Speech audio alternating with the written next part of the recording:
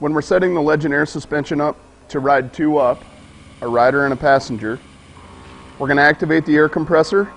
We're adjusting the spring rate and the shock. So air is being injected into the air spring itself. That's how we adjust our spring rate.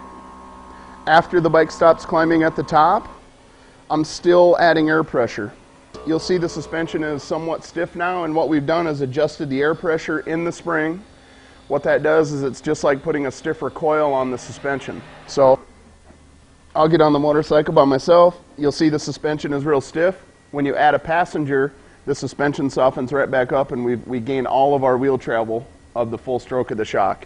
You do small increments on the release button, one at a time, until the spring rate feels about right. You've got the right amount of wheel travel and the bike is riding smooth. So you can see the air spring will still stroke the entire length of the shock. I weigh 250 pounds, Kenny weighs about 250, so together we've got 500 pounds on the seat of this motorcycle.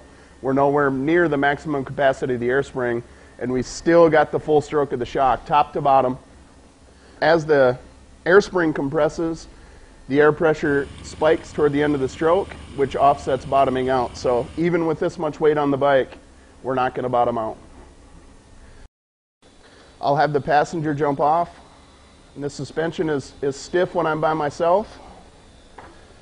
What I'll do then is just make small amounts of adjustment. Soften the suspension back up for myself. You do small increments on the release button, one at a time, until the spring rate feels about right. You've got the right amount of wheel travel and the bike is riding smooth.